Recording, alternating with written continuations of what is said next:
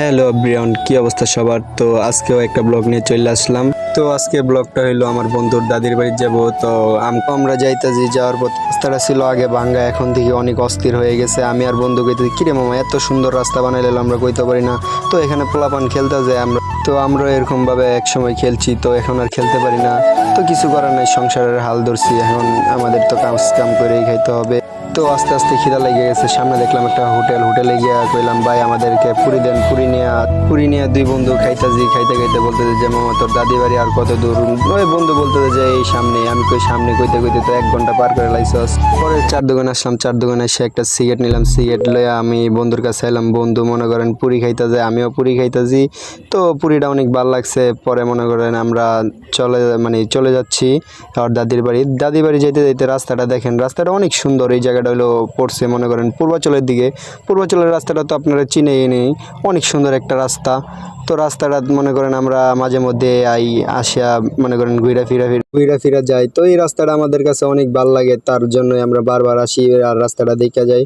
তো বাইক দেখ ভাই আর বোন যাইতাছে, তো ভাই আর বলতেছে যে এটা রাস্তাটা কোন দিকে? আমি বললাম যে ওইদিকে।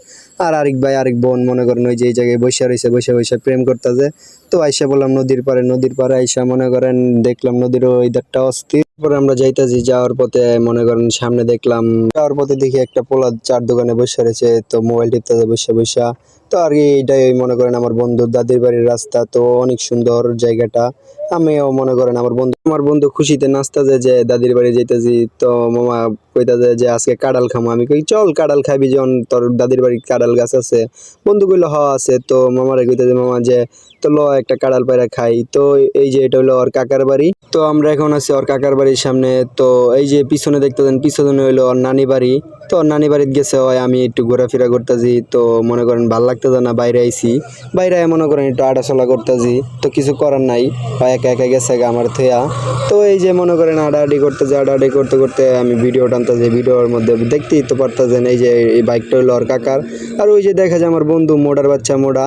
তো কিছু করার নাই, মোড়া একলা একলা বাদাম খাইতেছে। শেষে বন্ধু একটা কাঁঠাল পাইরা লইলো। পরে কাঁঠালটা দিয়ে আমার দিয়ে যাইতে জায়গা কমামা, এটা তুই বয়া বয়া খা। আমি কই একলা একলা খামু নাকি, তুই আইলেই খামু। এরপরে ওই আমার কাছে আইসে, আয়া কমামা চল একখানে যাই। পরে আইসা আমি কইলাম আগে।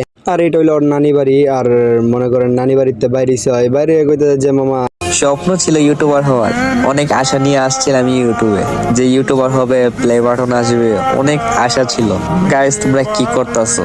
অনেক আশা নিয়ে আসছিলাম ইউটিউবে, এখন চ্যানেলে ভিউজই নাই।